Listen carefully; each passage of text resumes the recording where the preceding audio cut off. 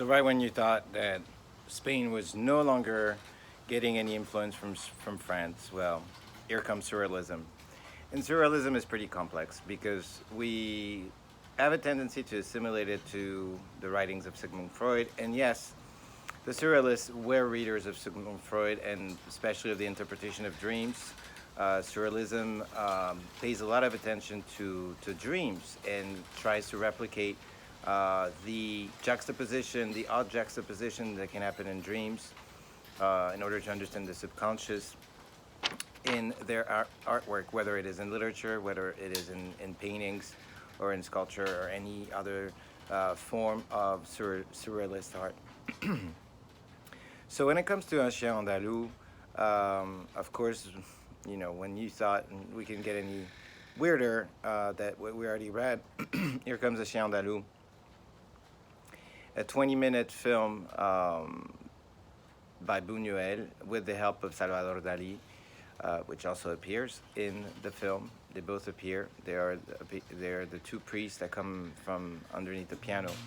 But a lot of people will try to give a definite interpretation to surrealist works, and that is a mistake because that is the last thing that the surrealist artist is intending in his artwork.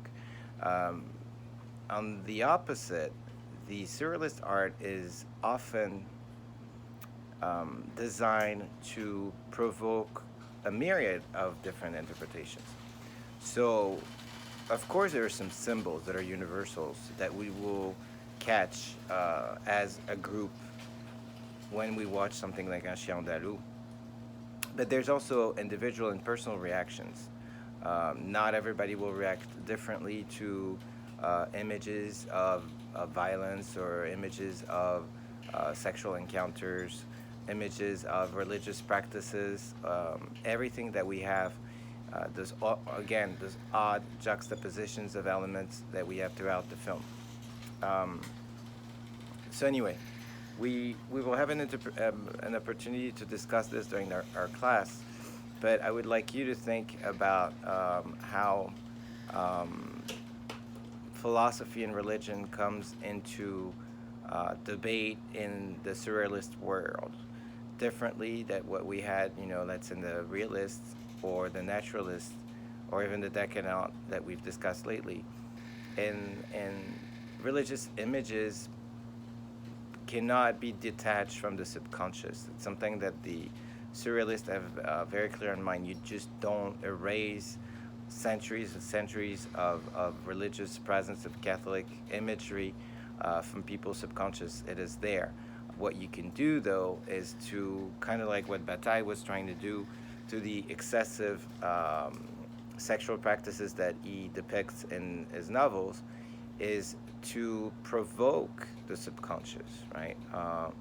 In the same way that dreams will do, which, you know, Freud proposes that dreams are a natural cleansing in a way, right?